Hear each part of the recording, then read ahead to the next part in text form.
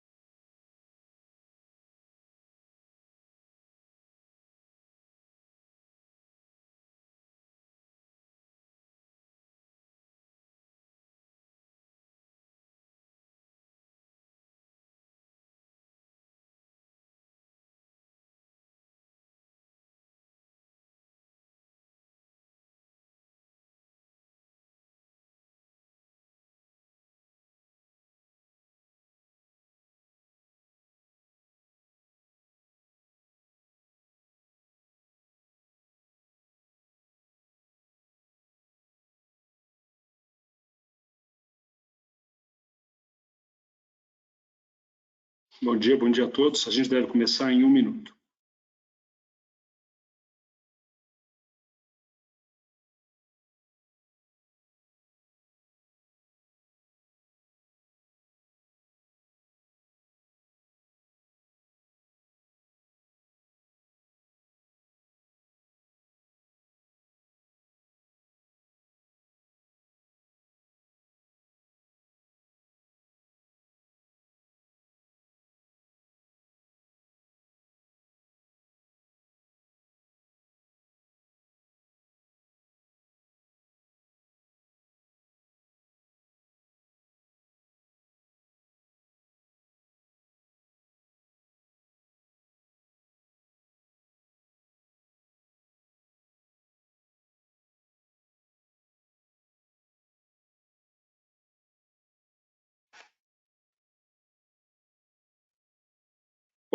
Olá, muito bom dia. Sejam muito bem-vindos a mais um webinar da série Ipsos Talks Recalculando.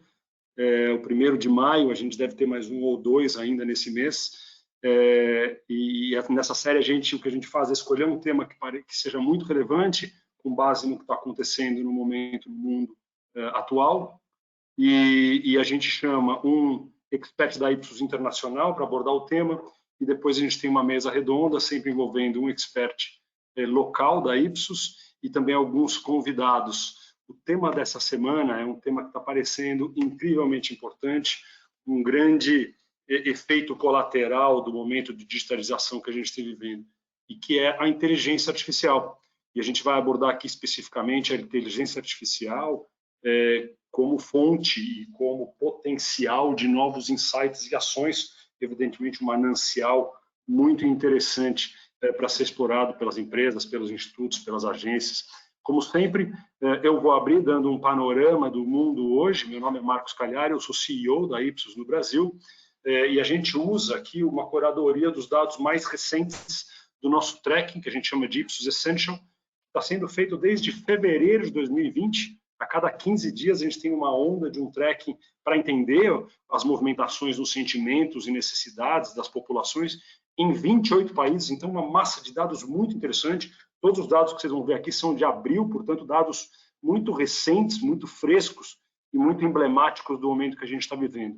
Isso a gente deve fazer em torno de 10 minutos. Depois a gente vai ter um convidado que é o líder global da nossa área de Data Science e Inteligência Artificial.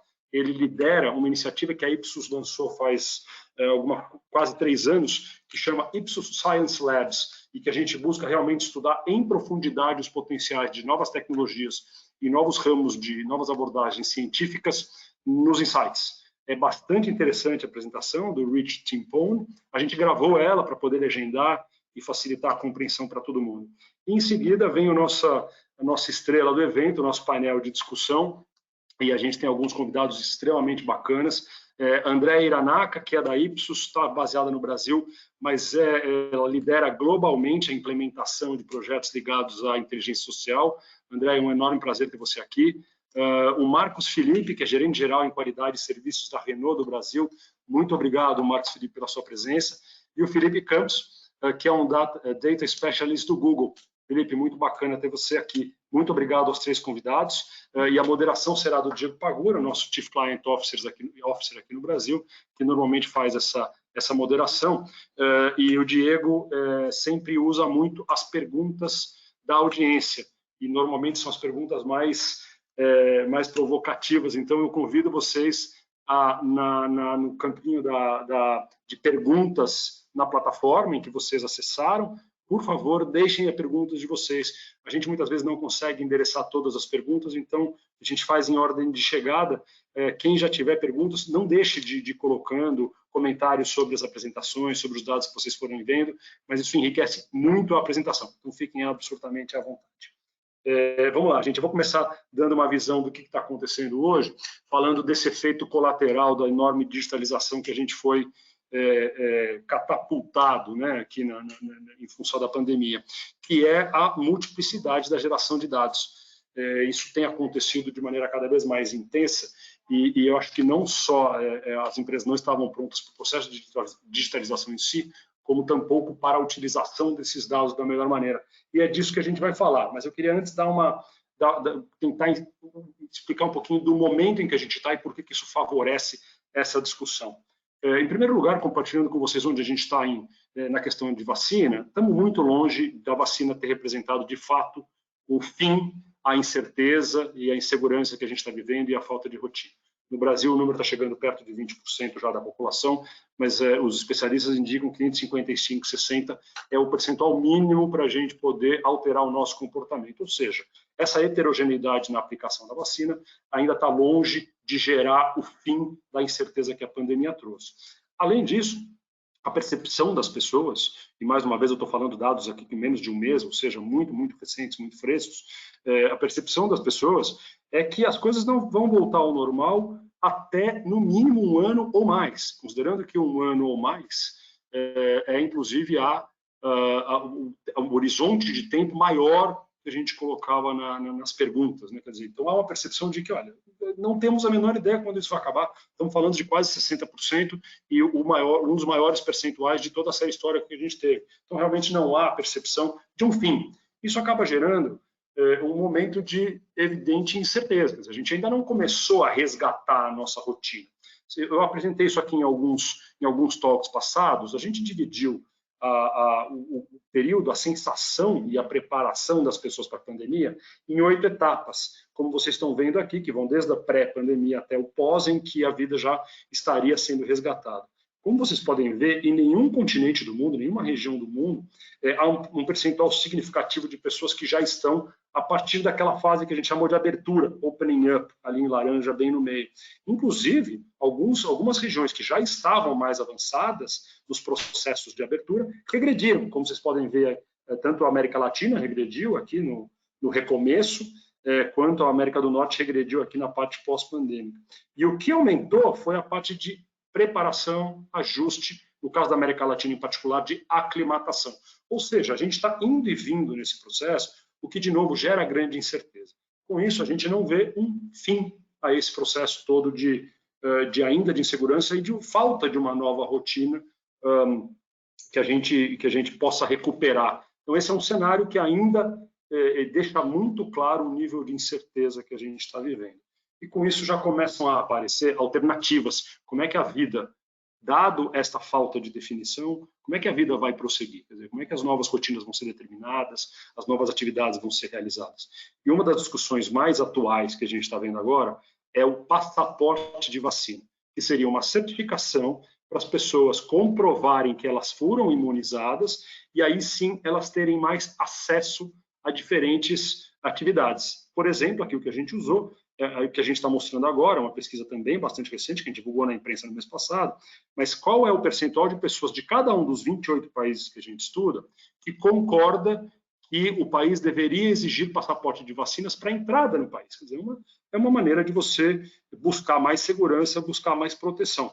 No caso aqui da média de todos os países, os 28 países estudados, a gente está falando de quase 78% de apoio, quer dizer, um número altíssimo, né? Praticamente 4 a cada 5 habitantes desses 28 países aqui, na média deles, apoiam que tem que ter um passaporte de vacina, ou seja, só devemos deixar entrar no nosso país quem de fato tiver sido imunizado.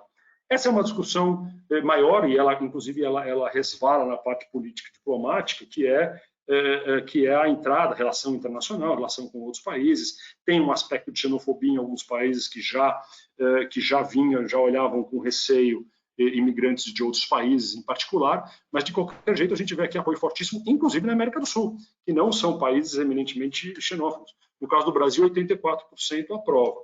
Então a gente também foi olhar, se a gente tirar o aspecto político da coisa, também há um apoio a passaporte de vacina para acesso a grandes eventos públicos. Quer dizer, não é só uma coisa externa, diplomática, é também um item de segurança. Quer dizer, algumas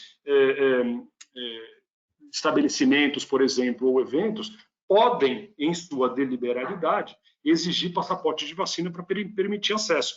No caso do Brasil, 75% das pessoas concorda que o acesso a grandes eventos deveriam sim demandar, exigir das pessoas um passaporte de vacina. Mais uma vez, na média, o número é bastante alto, em todos os países estão falando de 67%, no Brasil até maior. Já há aí ferramentas que as pessoas vão usar para se sentir mais seguras nessa situação que ainda não é a situação normal que a gente imagina que vai perdurar depois de resolvido. Não chega a ser uma surpresa que a gente está vendo altos percentuais, e aqui é alto relativamente, evidentemente, mas no caso do Brasil, por exemplo, 25% das pessoas trabalham prioritariamente de casa. Né, um home office prioritário para 25% das pessoas. Lembrando que esse número ele é muito mais alto do que ele parece, porque a força de trabalho que de fato trabalha em empresas que têm escritórios, ela não chega a 40%. Então, a gente está falando aqui de um número bastante significativo.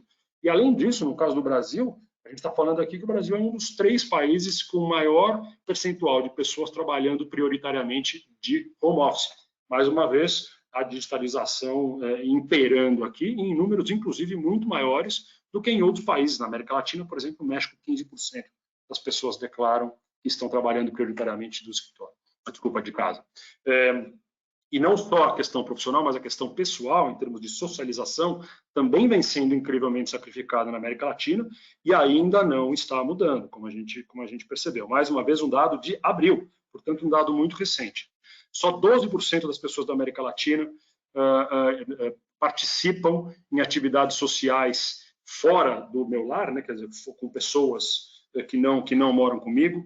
Só 8% participa de eventos ao ar livre e só 6% das pessoas da América Latina participam de eventos internos fora de casa. Ou seja, claramente não há ainda uma alteração no processo de socialização em função de maior segurança. Não está acontecendo isso. Isso é particularmente delicado na América Latina, como vocês podem ver, o número é muito menor do que a média dos outros países. Não é surpresa, portanto, que a socialização com amigos ela é feita eminentemente online. No mundo, esse número é de 50% exato, mas na América Latina ela é ainda maior. 64% das socializações são feitas virtualmente.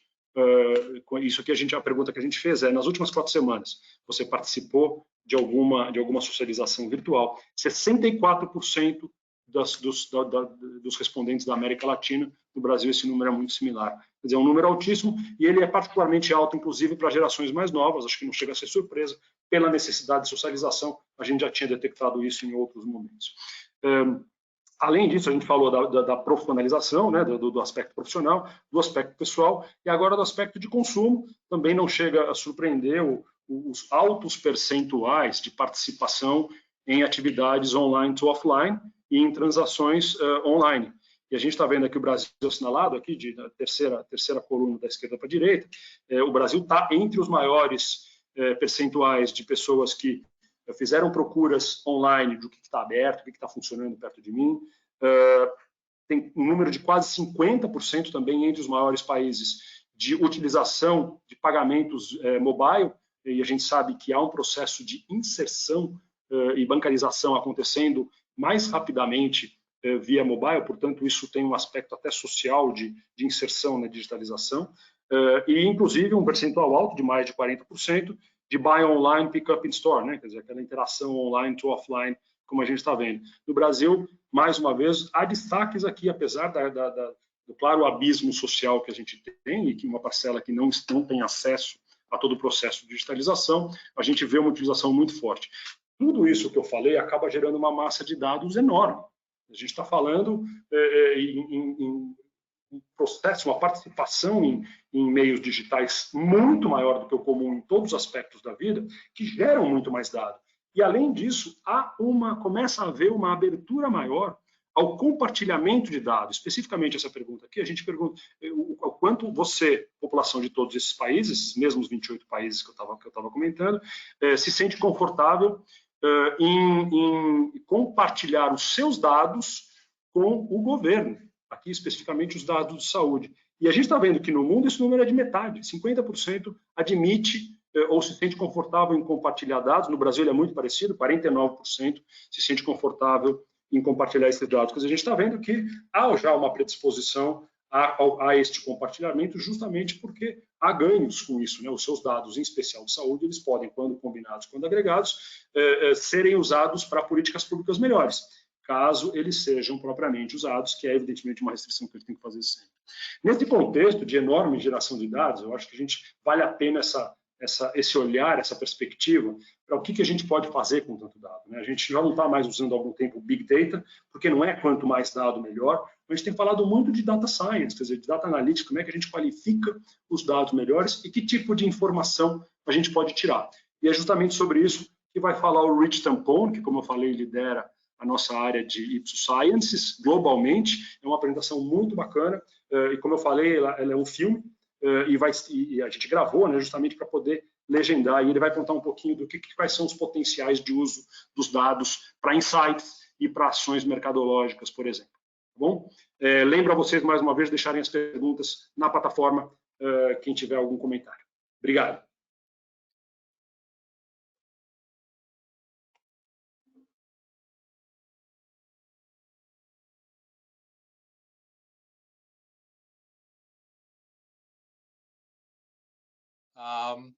Hi, my name's Rich Timpone. I'm the Global Head of Data Science and AI at Ipsos, and going to talk to you briefly about leveraging artificial intelligence for insight and action.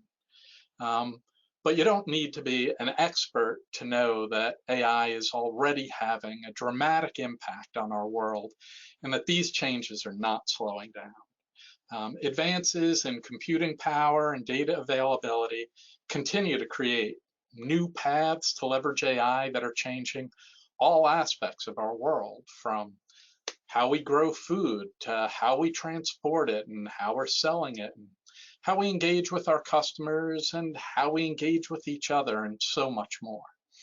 This is now touching everyone in rural as well as urban areas across Latin America and around the globe. But how is this affecting our industry and informing our decision making? First, getting a little clarity is helpful, as data science and AI are terms used to describe really diverse areas.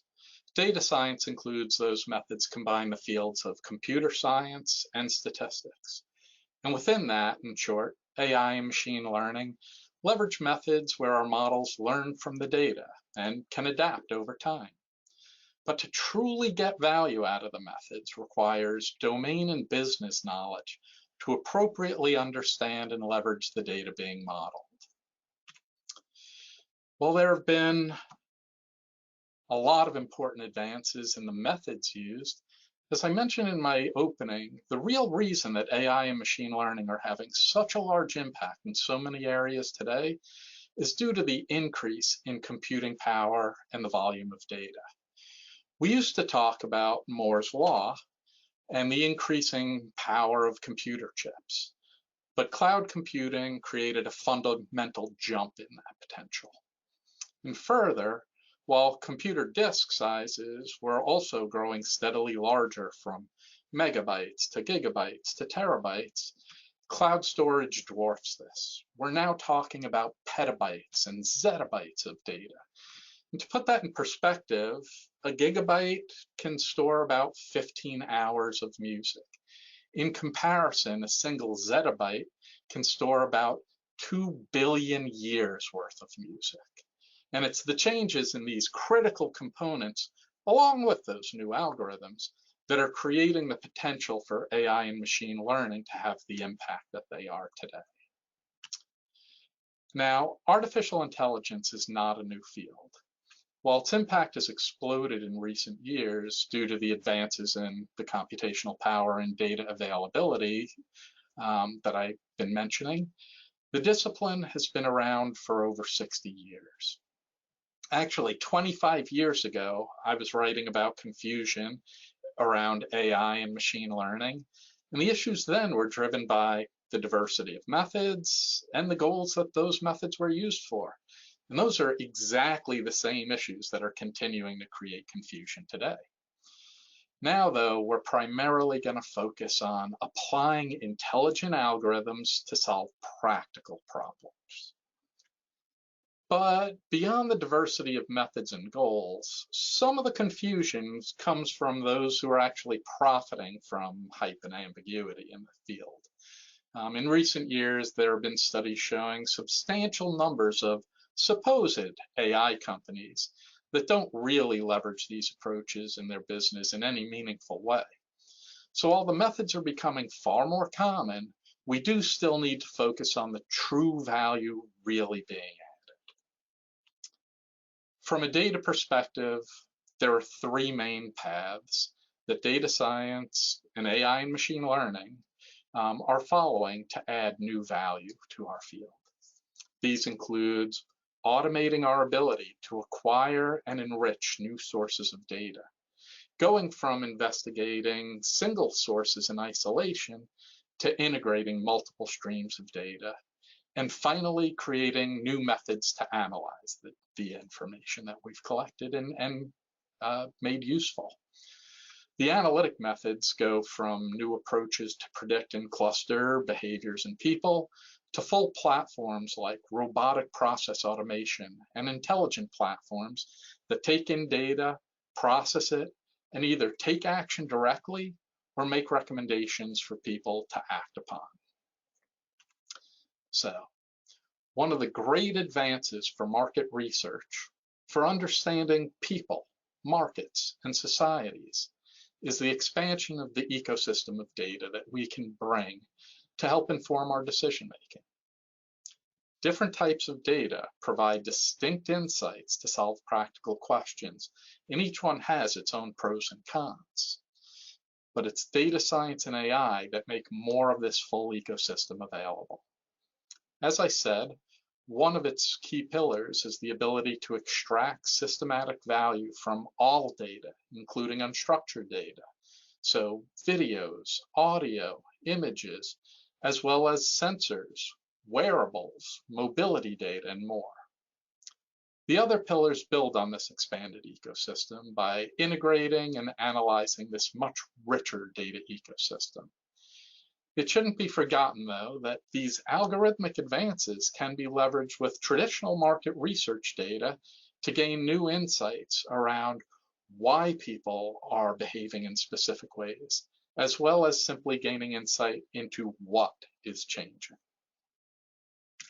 So, moving from data and analytics, as we said, we're focused on the application of data science and AI to solve practical problems.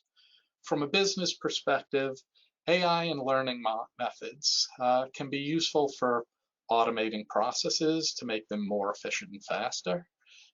We're all familiar with digital assistants, the ability of technology to engage directly with or facilitate engagements. And this creates new opportunities for how we can collect information, as well as how we serve our stakeholders and clients.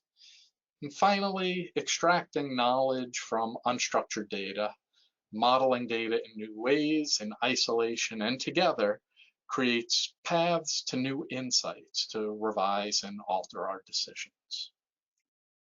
So, given the time, I'm just going to provide a couple of quick examples. And first, I don't want us to undervalue advances in process automation as we're focused on insights. In recent work at Ipsos, we leveraged natural language processing on over 90,000 surveys, over 250,000 questions that has allowed us to create a platform to suggest optimal question wording for survey questions, answer options in the Ipsos question library. In the engagement space, leveraging AI for auto-probing of people's comments allows us to go beyond the simplistic tell me more in open-ended question probes to actually going deeply and naturally as we probe to gain specific detail around topics in a natural, fluid way, such as probing about quality issues with one's car in an automated platform. Finally, there are a lot of areas to leverage AI in Insight. The images here are actually from the warehouse explosion last year in Beirut. In that case, we had social media data within 2 hours of the request, satellite imagery within 4 hours, drone and anonymized cell phone data within a day, and field survey and facility interviews within 2 days. In that case, the Ipsos work and the synthesis of the data helped inform rescue efforts based on occupancy of buildings and other logistics. Beyond crisis risk examples, these same approaches are now being used to understand how people's behavior is changing in COVID times, as well as examining multiple streams of data around elections, for instance, for richer and deeper insights. So while the Beirut example shows the impressive potential of bringing together multiple streams of data, I wanted to focus briefly on how AI and machine learning allow capturing tremendous value from one element. Here, thinking about consumer-generated conversations and sharing on social media. While AI allows distilling billions of online conversations and capturing information in real time, this goes beyond just the capturing and tracking of information. AI allows distilling the massive volume down to actionable topics, examining when the content of the conversations change, how different data streams, say about your brands and other brands, or specific topic areas, are correlated and interrelated in the discussions. So again, going beyond simple tracking of themes, in one example, we examined over 3 million online posts around cosmetics. Here we didn't only look at what people were saying about products, but leveraged the information to identify unmet consumer needs and how women were creating their own beauty solutions. Examining the trends in the discussion and these new opportunity areas allowed leveraging the online discussions to identify new potential domains for innovation. So one part of the identification of these insights was done by classifying need states, by identifying how much people were talking about different areas and their level of satisfaction around products and the solutions that were available for the different needs. That's actually, sentiment is another area enabled by AI, as conducting semantic analysis of text in these comments has gotten steadily better over time. Beyond grids like this, the data in social listening is also being used to create category maps to allow identifying the areas of unmet needs in the broader landscape of your market. Again, as impressive as text analytics has become and the ability to capture and deliver information in real time, it's the analytic extensions that create huge opportunities in actionable insights in sources like social listening data. Some of what you saw in the cosmetics case on individuals solving their unmet needs builds on work that we've done with researchers at MIT to mine these sources of data to identify lead users in a category. Those are the people who are solving their own problems ahead of even the early adopters of new products. That allows us to explore these areas to identify those that may be commercialized for broader groups of consumers. So, while new sources of data and AI techniques create a lot of new opportunities, traditional questions of data quality and relevance are actually even more important than in the past. If your data is not representative, any past biases are going to become a formal part of the solution. And as big data sources are being leveraged for different uses than they were originally created, their quality and measurement can affect accuracy and even create ethical issues. So, also, actually, as we continue to see changes in behavior due to COVID, this reminds us that models trained on data that's no longer relevant can actually be misleading and drawing the wrong conclusions and actions.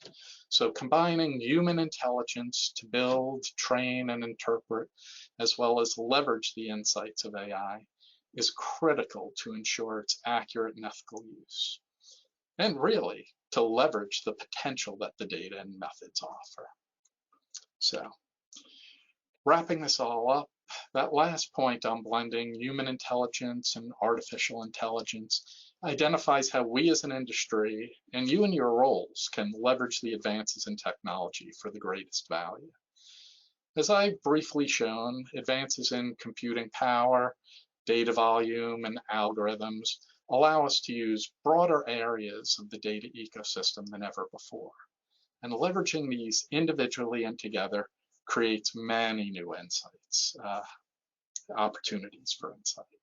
So, that said, technical skills from computer science and math and statistics without market, consumer, and the cultural understanding each of you bring to the table will not allow us to fully leverage the extent of the potential. So while we have to be vigilant about hype, quality, and ethical issues, advances in the use of data science and AI are going to continue to expand and allow us to serve our customers and business stakeholders even better.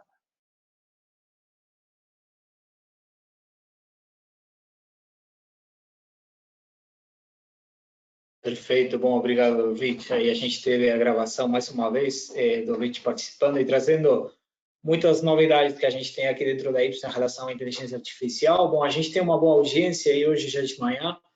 Eu não vou gastar muito tempo aqui fazendo introdução, só lembrar, gente, que a gente aproveita muito, como o Marcos falou, as perguntas de vocês. Então, já tem algumas perguntas postadas lá na caixinha de questions, né?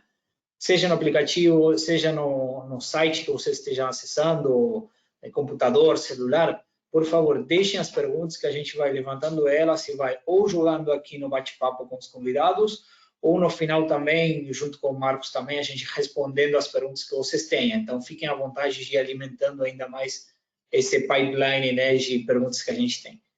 Então, sem muito mais preâmbulo, eu convido aqui as feras de hoje. A gente tem, do lado do Google, o Felipe, né? Felipe, se você estiver por aí, bom dia, pode entrar.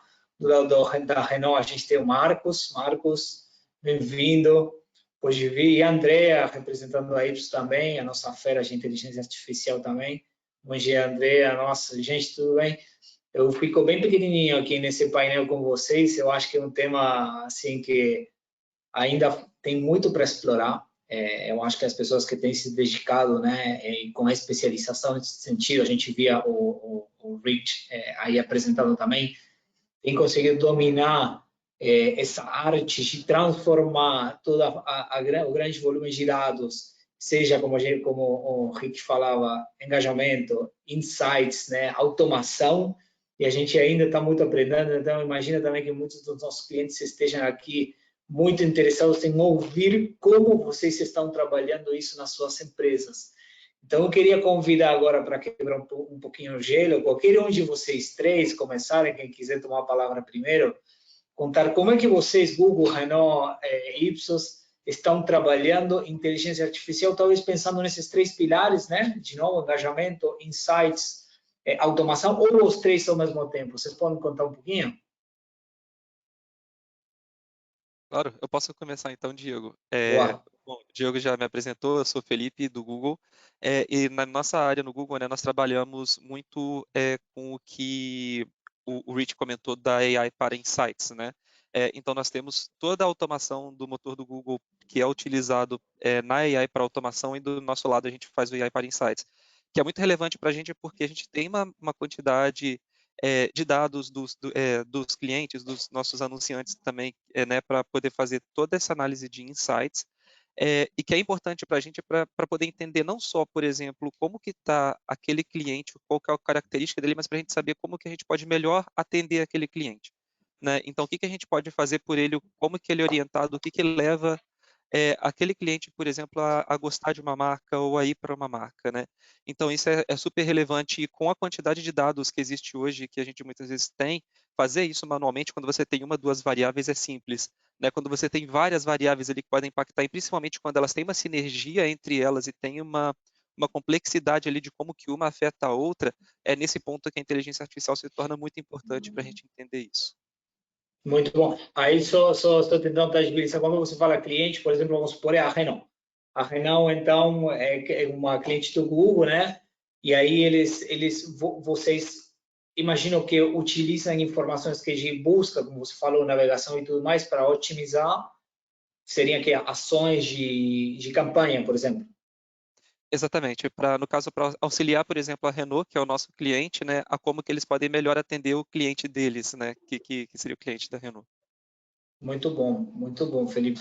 E aí, Marcos, como que vocês aí na tua área estão trabalhando aí? Eu acho que no Google é um pouco mais natural, né? Ou seja, o Google nasce nessa era da inteligência artificial e da Big Data. Mas e aí, e vocês? Totalmente interligado, né? Bom dia a todos aí, Diego, obrigado pelo convite. Sempre legal participar dessas trocas aqui, que a gente aprende bastante, né? É interessante todo esse painel que foi apresentado pelo Rich aí. Com certeza, acho que a gente aqui na Renault, a gente atua em todos esses eixos aí, né? Engajamento, insights e automação.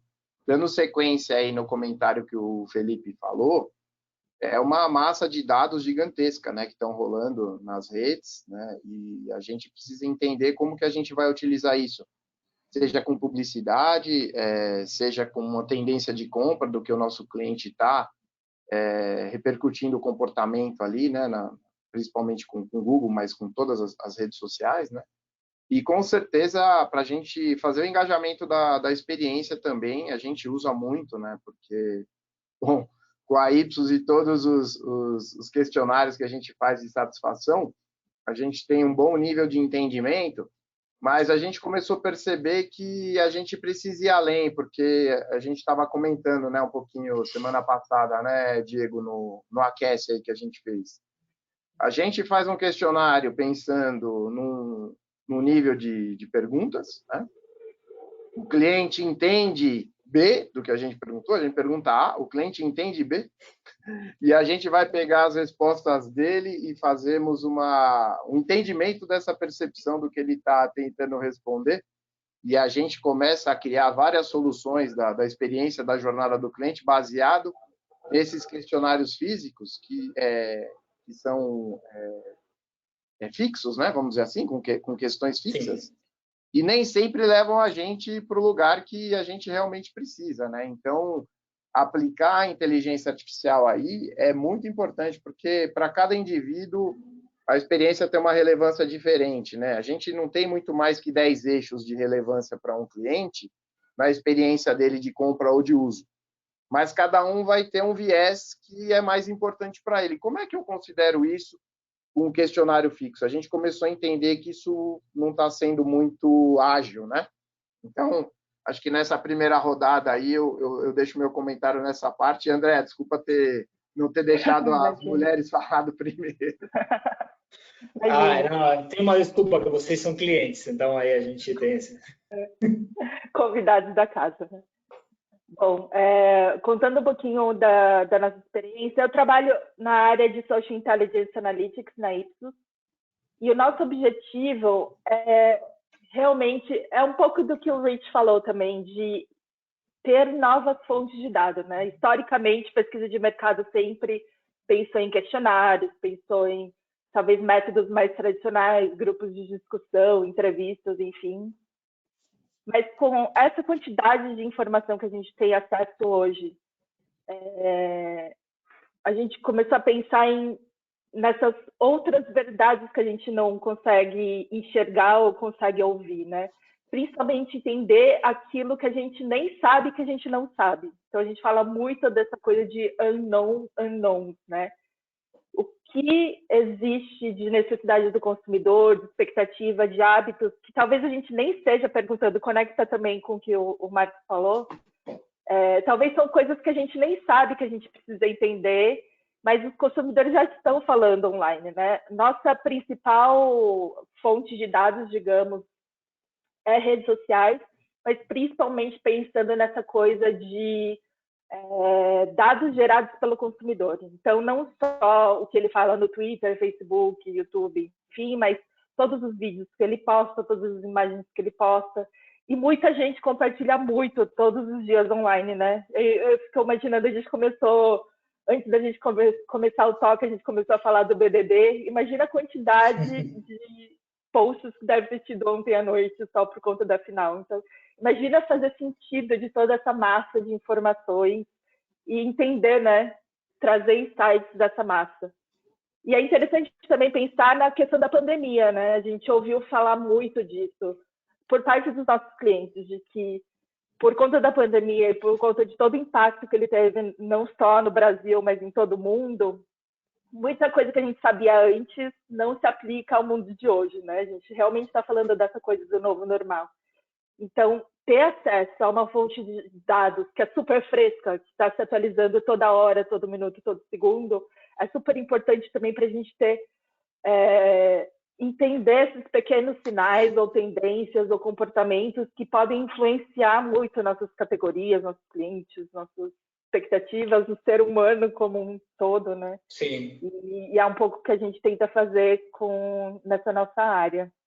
Ô, André e Diego, deixa eu complementar aqui o comentário do André, que foi muito interessante. Vai. No BBB, a Juliette, bem rápido aqui, né? Já teve marcas ontem aí se aproveitando, né? Colocando vendedor online com o nome de Juliette, né? E chamando a atenção. Então, a relevância. Eu sou a Juliette, pode falar comigo que eu vou te ajudar para você fazer as compras.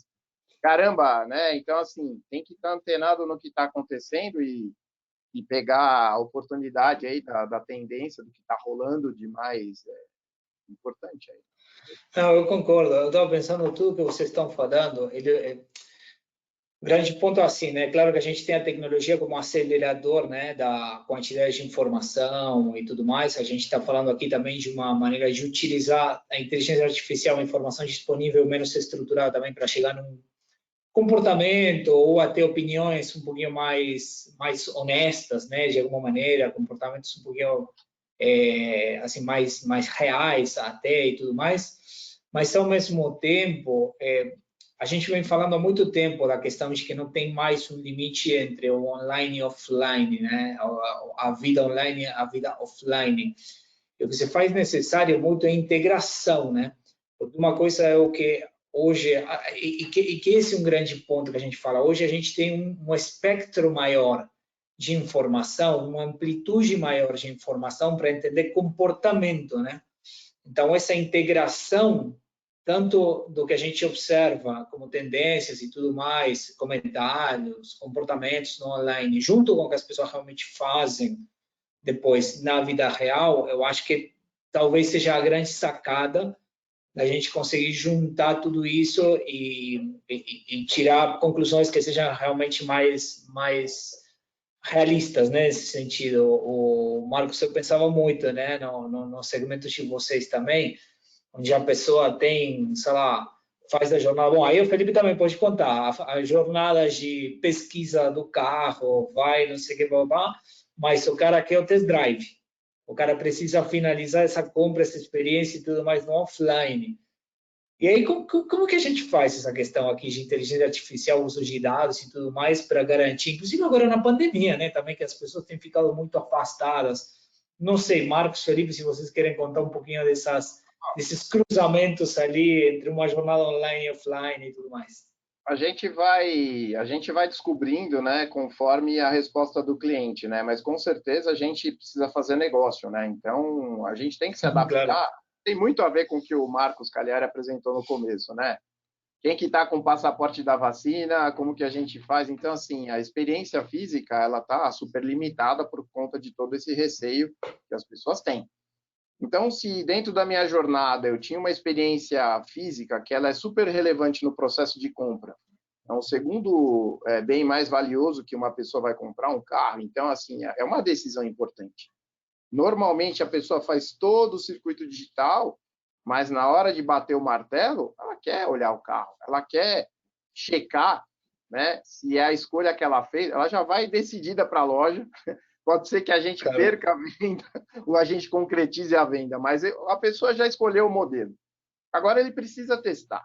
Então, se a experiência não está legal, o cliente não está confiante, né, que aquele local está seguro com relação ao Covid, ou ele está inseguro com toda essa situação geral, a gente tem que dar um jeito de mudar a jornada e levar essa experiência até a casa do cliente, porque se a gente não fizer, alguma outra marca vai fazer. E se a gente perder o momento ali da compra, pode ser que ele gaste o dinheiro com outras coisas, né? Eletrodomésticos, ou seja, outros bens. Aí. Então, é fundamental estar antenado o que está acontecendo, se adaptar à jornada e continuar mensurando para ver como é que está a aderência aí, né, na experiência, né?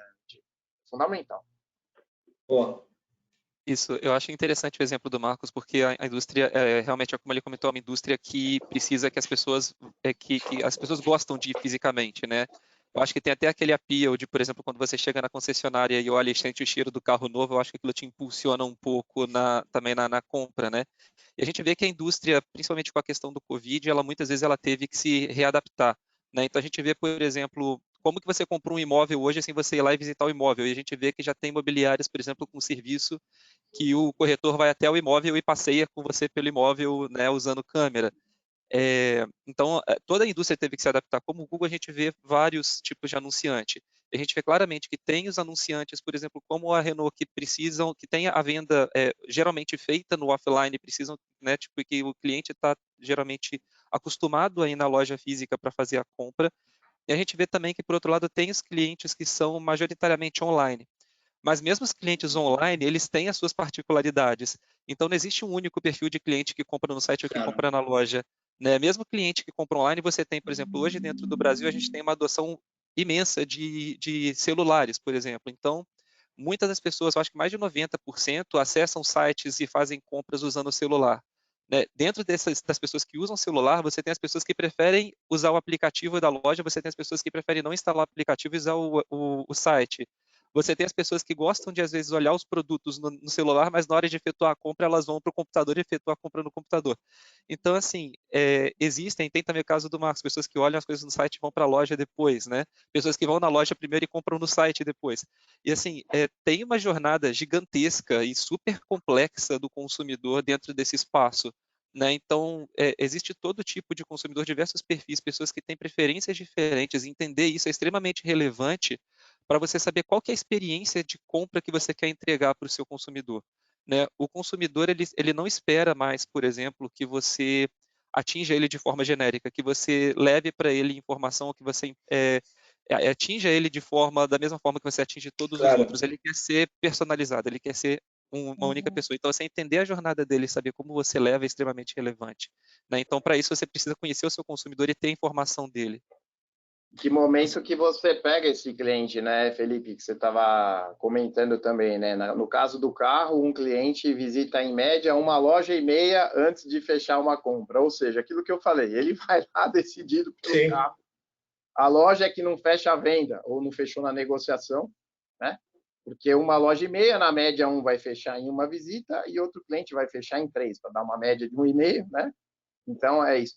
E o Felipe estava comentando também no Aquece, né, que, por exemplo, para comprar tênis e tudo isso, você tem um momento certo de atacar esse cliente, né? Porque ele vai visitar 3 vezes no aplicativo ou no site antes de executar a compra. Então, qual o momento que é bom, né, para gerar essa inteligência com base nesses dados que o Felipe comenta e a Andrea comentou bastante também, para você impactar esse cliente no momento certo. Se é na segunda vez, se é na terceira vez, se você impactar ele na segunda, você não está no momento correto. Você tem que pegar ele no momento Claro. da compra para, né? Porque é business no final das contas. A gente precisa. Não, esse é um grande ponto. Eu estava pensando, André, não sei, aí se estou te colocando numa saia justa, mas aí a ver se a gente, o que a gente pode pensar também, porque uma das grandes sacadas, eu acho,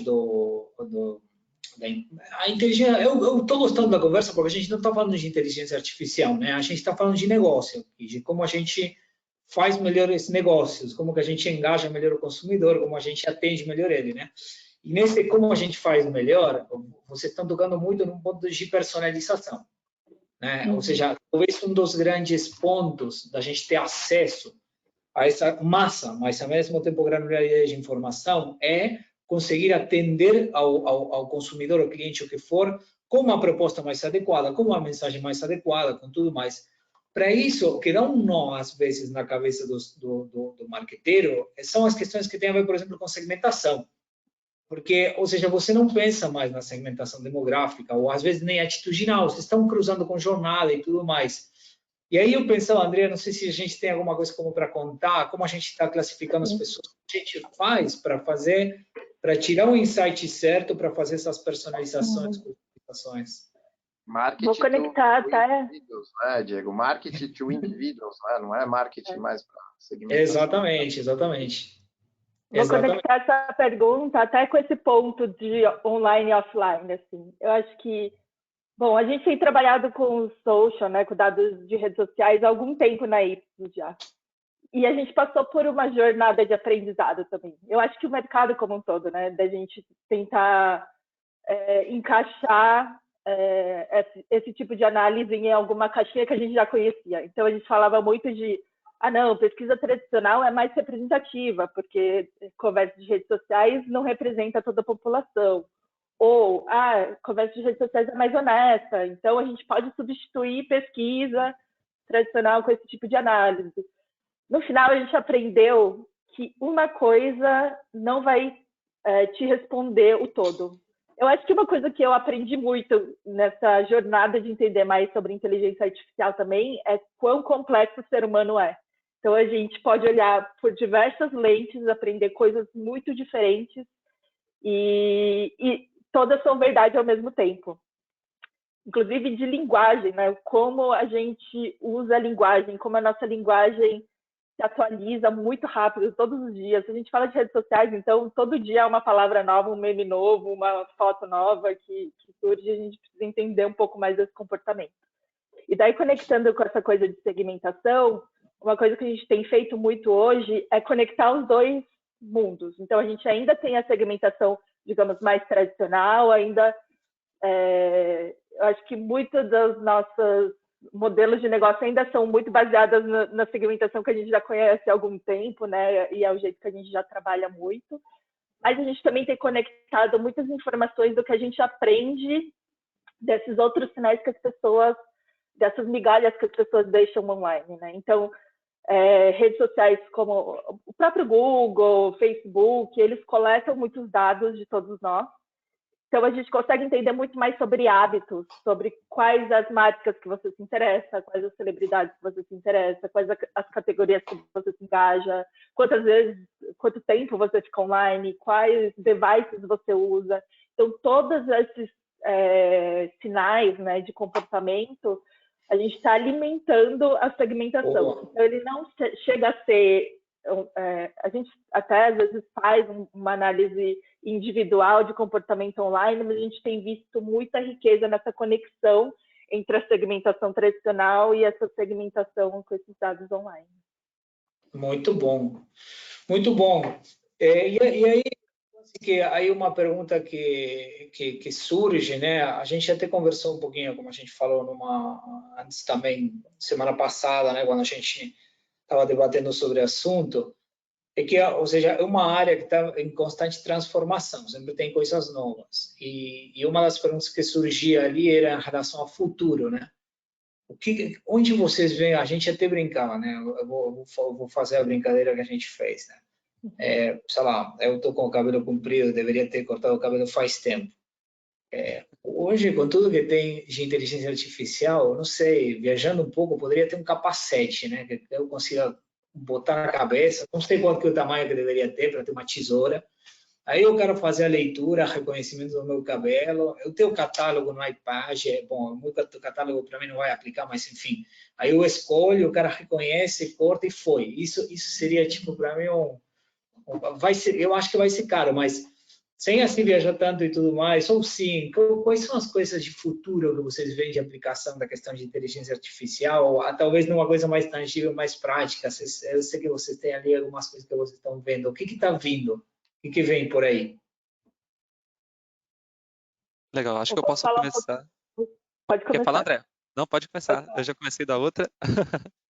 Boa, boa. Então, só uma. Então, acho que pensando em pesquisa de mercado, né, no nosso negócio, uma coisa que a gente tem pensado muito é essa coisa de predição mesmo. Então, com essa quantidade de dados, a gente consegue ter massa suficiente para entender como isso pode impactar o futuro. Então, entender quais são as tendências, entender se sei lá, atributos relevantes para as marcas que a gente trabalha estão crescendo no tempo, estão diminuindo, será que existem novos comportamentos que a gente precisa prestar atenção? Então, a gente tem trabalhado muito nessas coisas de real time também, né? Acho que a gente falou muito de velocidade também na nossa outra conversa.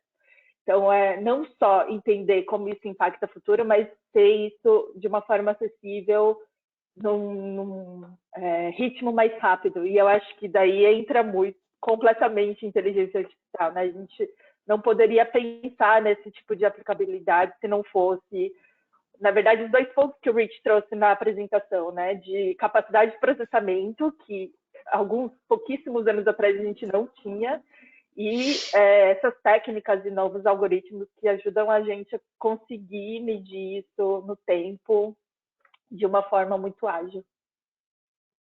Boa.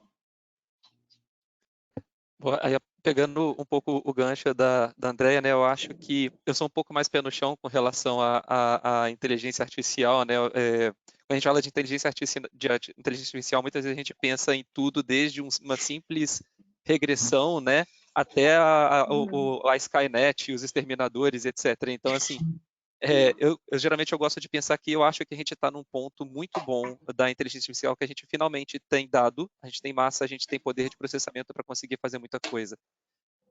E eu acho que esse ponto que a gente tem hoje de conseguir fazer as análises não estruturadas, como a Andrea comentou, de você conseguir tirar a informação de vídeo, de áudio, isso é extremamente relevante para a gente porque são coisas que a gente não tinha acesso, né? E o ponto do real time também, né? E uma das aplicações que eu vejo, a gente comentou também no passado, né, quando a gente conversou, eu acho que é muito na área da educação, né? Então, principalmente com a mudança do Covid, com as aulas online, Boa. né? A gente não tem mais o professor, por exemplo, o professor ele já tinha dificuldade numa sala de aula de 40 alunos de identificar qual aluno está com dificuldade em determinado tema ou com problema em alguma matéria, né? E quando você faz isso online, fica muito mais difícil porque o professor não tem aquele toque pessoal com todos os 40 alunos que estão dentro da sala. Então, você ter, por exemplo, às vezes uma inteligência artificial que consegue em tempo real processar e indicar para o professor, olha, esse aluno aqui está fazendo uma cara estranha de que não está entendendo, né? Ou analisar resultados de prova, de informação e falar, esse aluno está com dificuldade nesse tema específico de biologia, iria ajudar muito o professor, por exemplo, não só agora, enquanto a gente está em pandemia, com aulas remotas, etc., e para ajudar a dar o foco necessário para os alunos, mas até quando as aulas presenciais retomarem, ajudar os professores a saber onde que está a maior dificuldade para conseguir dar um atendimento e uma instrução mais personalizada para os alunos, né? Muito bom. Muito legal. O Diego, aqui na indústria, né, o que a gente tem começado a trabalhar nesse caminho, porque a gente está muito na linha que a Andrea comentou, né, de trabalhar mais com a parte clássica, tradicional, mas a gente começa a desenvolver o caminho com a inteligência, né?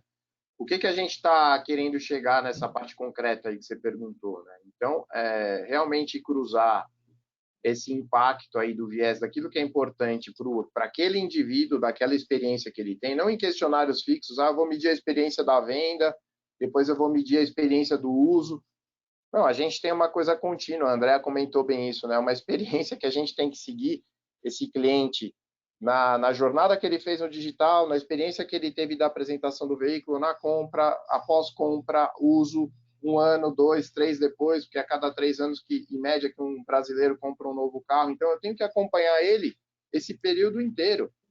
E como que isso vai me alimentando com informações para eu tomar decisão em melhoria de produto, por exemplo? Se eu pego um questionário fixo e começo a fazer mudanças com base no questionário fixo, às vezes eu vou fazer aquela percepção que o cliente está esperando uma melhoria em determinada item do carro, eu faço essa melhoria, eu vou investir milhões de reais e não é aquilo que vai fazer a diferença depois para um novo cliente ou aquele mesmo cliente estar recomprando novamente da marca, porque aquele não é o viés de importância para ele. Então, como eu priorizo? Porque a indústria não tem dinheiro para fazer tudo ao mesmo tempo em termos de desenvolvimento e pesquisa. A gente tem que priorizar, né? Então, isso é muito relevante no dia a dia, né, Diego? Como que a gente coloca aqueles features que o cliente está querendo para continuar fazendo o negócio com a marca? A inteligência artificial vai entrar muito, ela é muito importante. Então, é nesse caminho que a gente está ainda dando os passos iniciais, mas é esse caminho que a gente está buscando para colocar mais relevância e ser mais ágil, como a Andrea falou, né? Porque se eu esperar um questionário ficar pronto, vou fazer a leitura, vou fazer a interpretação, não acompanha o ritmo, né? E não prioriza da maneira como uma indústria precisa. Não, muito bom.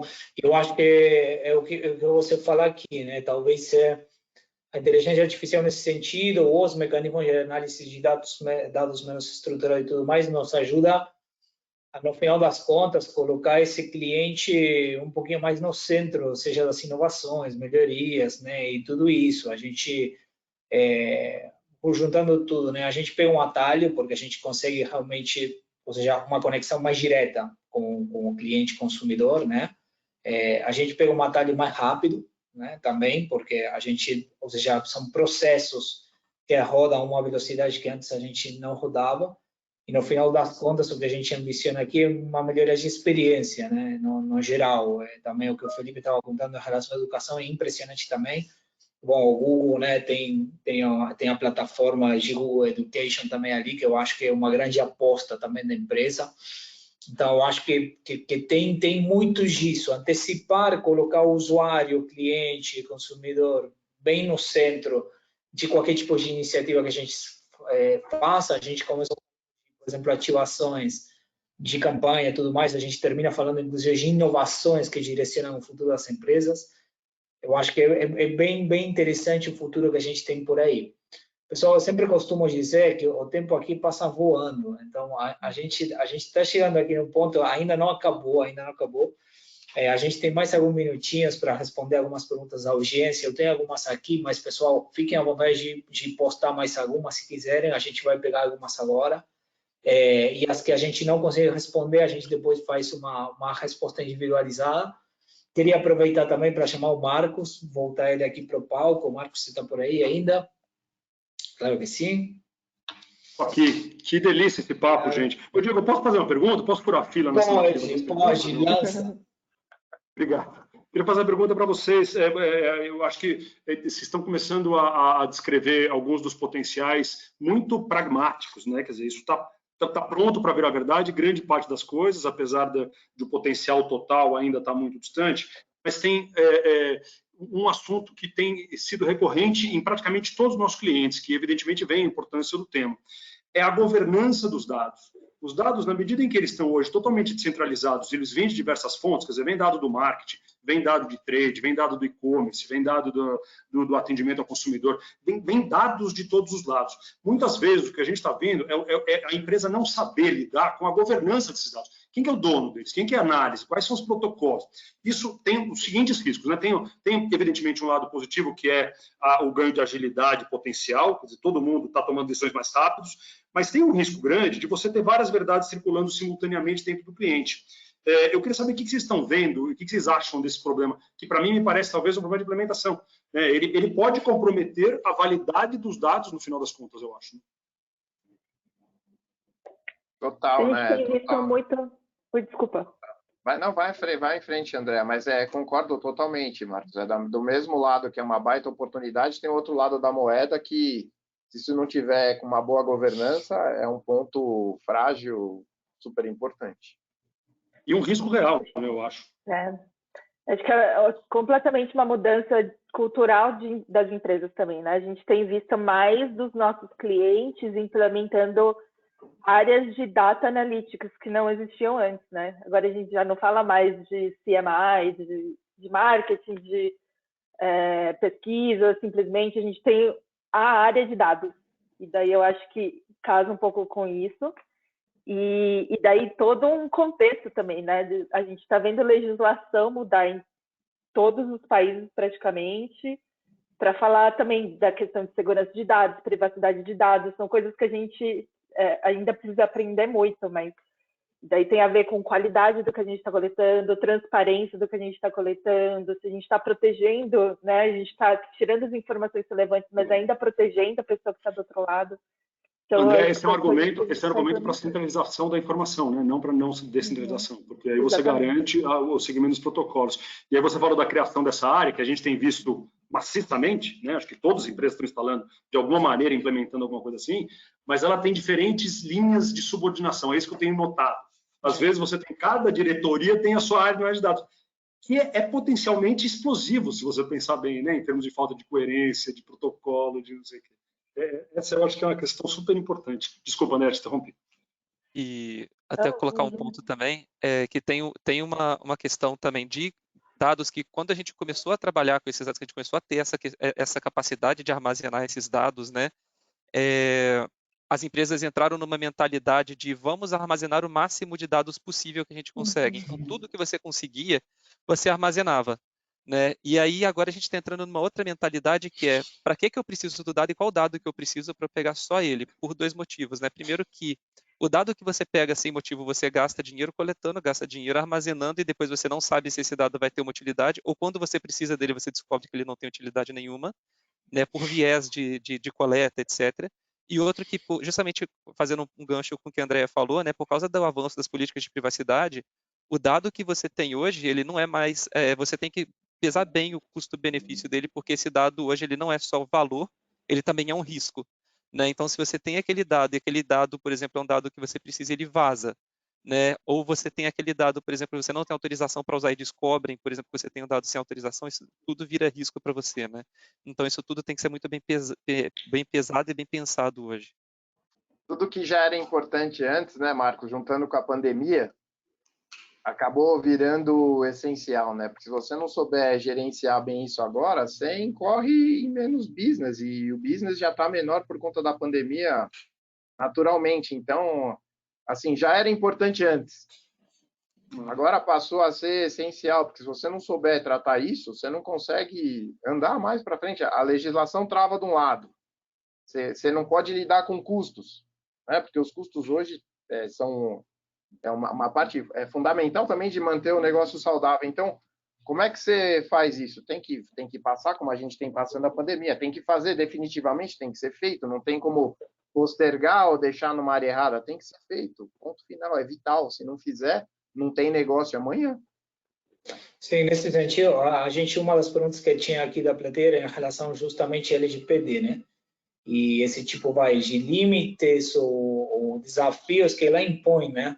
Eu não sei se tem mais algumas coisas ali que vocês queiram falar, gente. Como que vocês enxergam isso? Eu entendo que tem um risco agora, mas é um risco com o qual a gente vai ter que continuar aí sobrevivendo e achando maneiras, obviamente dentro do respeito à privacidade da informação, mas de continuar aproveitando, no final das contas, para entregar melhores experiências, melhores serviços, melhores produtos, né? O Felipe Posso tentar responder, Diego? Desculpa, a gente só dá uma visão de quem trabalha com algumas das mais centenas de empresas que estão lidando com isso. Eu preciso deixar claro que essa lei é incrivelmente bem-vinda. A Lei Geral de Proteção aos Dados é muito bem-vinda. Ela tinha que acontecer, ela tinha que ser rigorosa, e de fato a lei do Brasil é muito rigorosa. Ela tem os níveis da lei da Comunidade Europeia, né? Então ela de fato traz uma questão de segurança incrivelmente desejada e que estava faltando, né? A gente comprava CPF na Praça da República de quem eu quisesse. Era uma coisa obscena como a informação era tratada no Brasil. Então, acho que o problema não é na lei em si. O problema é como ela foi implementada, que eu acho que houve uma turbulência, o processo de implementação dela foi realmente muito confuso, e o que ela vai fazer provocar de reação. Mas ela é bem-vinda e ela é dura, ela está sendo fiscalizada e ela vai ganhar grande visibilidade. Então, eu acho, honestamente, que a gente vai resolver esse problema, vai ficar para trás, mesmo num país como o Brasil. As empresas estão tratando isso de uma maneira muito séria. E aí eu posso dar o testemunho que, como eu falei, a gente lida com centenas das maiores empresas do Brasil e do mundo, e todas elas levando muito a sério. Então, é quase um sinal de tranquilidade. Não sei se vocês vão concordar com a minha análise, pessoal do painel, mas é um sinal de tranquilidade mesmo para a gente como consumidor, como entrevistado, como fonte de dados que somos, de que esses dados tendem a ser bem tratados. Esta é a minha visão otimista, vamos dizer. Sempre tem os dois lados da moeda, né? Era mais fácil trabalhar na bagunça, né? Mas agora com a limitação você... mas nem sempre, né? Porque também tem um pouco do que o Felipe comentou no Google, que você está tratando tanto dado, tanta informação de maneira desordenada, que a arrumação gera um investimento, mas depois você acaba se tornando mais eficiente, né? Então, sempre tem os dois lados da moeda. E aí é por isso que eu comentei, veio com uma pandemia. Tem que ser resolvido, como você falou, né, Marcos? Na Europa isso já está, sei lá, há mais de 10 anos, já funcionando de maneira muito rigorosa. Então, passou do momento de entrar e a gente tem que usar as ferramentas de maneira eficiente, né? Seja Google My Business, qualquer ferramenta que você use com inteligência artificial, respeitando a legislação, você tem que usar de maneira eficiente. Então, é um problema, porque, sei lá, uma boa parte dos dados que você tem hoje, dos clientes que você trata, você precisa de uma formalização. Daquilo que você não tem, você não pode trabalhar mais. Então, te falar que é tranquilo, não é, porque a gente perde aí uma boa parte da carteira, né? Então, mas não adianta, tem que pensar como a gente se organiza adiante, não dá para ficar parado ali na negação da coisa, tem que se organizar e buscar ferramentas eficientes. Tem o ponto de custo, né, também. Imagina, a gente realmente armazenava e guardava dados, a gente não usava, porque a moda era o Big Data, né? Agora a moda está mudando para essa coisa do right data, ter os dados certos. E eu acho que é um ponto muito importante da legislação, não só do Brasil, mas em todos os lugares, a gente parar para pensar na importância do dado que a gente está coletando, né? Isso mudou, inclusive, para o mercado de pesquisa. Agora a gente para pensar quais dados demográficos, quais dados de identificação a gente pede para os respondentes, que talvez a gente nem realmente precisasse antes, mas já era tão automático que a gente nem realizava. Então, eu acho que essa coisa da responsabilidade, assim, é uma mudança de comportamento, vai ser uma mudança de sistema, de estrutura, de processo de trabalho, mas eu acho que é totalmente bem-vindo também. Eu concordo com você, Marcos. Eu também concordo com o Marcos, concordo com tudo que o Marcos e a Andrea falaram também. Eu acho que é super bem-vinda e eu acho que a gente tem um trabalho para ser feito, né? Então a gente caminha no sentido de o que a gente pode fazer para continuar oferecendo o mesmo nível de serviço, o mesmo nível de experiência, nessa experiência customizada que os clientes precisam, mas ao mesmo tempo oferecendo para os clientes a certeza de que quando isso tudo tiver concretizado, implementado, tudo certo, que não só eles vão ter o mesmo nível de experiência, eles também vão ter a tranquilidade de que os dados estão a salvo, de que as pessoas não têm acesso à informação que eles disponibilizam, né? E de que tudo isso está resguardado, né? De que a privacidade deles está resguardada. Então, acho que a gente só tem a ganhar com isso mesmo que a gente tem esse trabalho a ser feito agora. Eu tendo a concordar obviamente, com tudo, né? Mas o que o Felipe está colocando é super importante, porque a questão de privacidade de dados para a população já era um tema assim de preocupação e interesse. A gente tem mensurado isso em pesquisas há bastante tempo, né? Que tem um nível. O awareness dele hoje, ou seja, da questão de privacidade e tudo mais, ele está no teto, na verdade. Ou seja, hoje a gente tem uma awareness, uma visibilidade, pelo menos por parte da população, muito maior. Então, ao mesmo tempo de que um grande desafio para a gente, talvez, reinventar maneiras, né, da gente conectar os pontos com a informação e tudo mais, eu acho que também é uma oportunidade para reforçar para os consumidores e criar esse engajamento de que a gente está preocupado com isso. Então, a gente tem visto isso muito mais hoje de marcas, né? Quando você acessa sites e tudo mais, disclaimers muito mais claros, por exemplo, né? E tudo mais. Então, eu acho que, ao mesmo tempo, existe, ou seja, fugindo aqui um pouquinho da coisa específica de inteligência artificial, né? Mas é uma consequência, uma oportunidade para maior engajamento, inclusive, e mostrar respeito, né? Fazer isso de maneira clara, não é um by the way, a gente tem que fazer, senão a gente está fazendo para te proteger, realmente. Pessoal, assim, tem mais algumas perguntas, mas infelizmente a gente tem que dar um respeito aí para a plateia também, que eu agradeço demais, a gente agradece a participação de todos os que se juntaram hoje ao webinar, e obviamente a participação de Felipe, Marcos, Andrea, convidados de luxo aqui, tem sido uma grande honra para a gente. Eu estou super agradecido e feliz. Eu acho que é uma conversa muito enriquecedora que a gente teve aqui, bate-papo com o Marcos também aqui no final, que eu acredito que todo mundo aí da plateia tenha valorizado. Depois também vai ficar disponível aí no nosso canal de Ipsos Talks também, a gente vai divulgar aí certinho. Mas assim, eu acho que é um dos temas assim, mais quentes que a gente tem tocado ao longo dessas lives e com um horizonte de inovação maior, né? Tem muita coisa para ser feita, muita coisa aí vindo. Então, eu queria agradecer vocês muito por essa participação. Obrigada, Diego, foi ótimo. Obrigado, Diego. A honra é nossa também de estar aqui com vocês.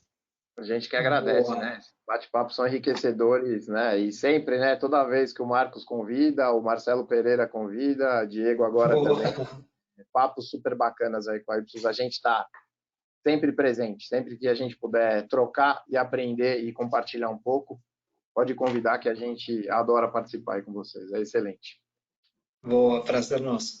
Bom, e aí, e a gente, só para lembrar, pessoal, vocês devem receber em breve, se não receberam já, a gente tem mais 2 lives ainda em maio. A próxima vai ser na próxima quarta-feira, dia 12.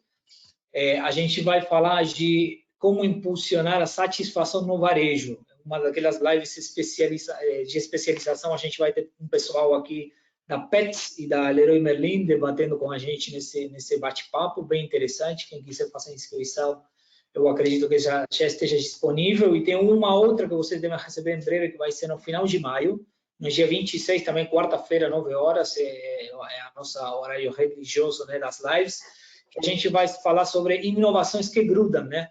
Ou seja, como a gente criar inovações que realmente endereçam um consumer need nesse momento, né, que a gente vê os pipelines de inovação tão acelerados também. Então, eu espero que também seja de utilidade para todos vocês. Então, com isso, a gente se despede, agradecendo a todos vocês pela participação e a gente se vê na próxima, tá bom? Bom dia para todos, bom resto da semana. Obrigado, pessoal. Obrigada. Obrigado, pessoal. Boa continuação aí. Valeu. Valeu.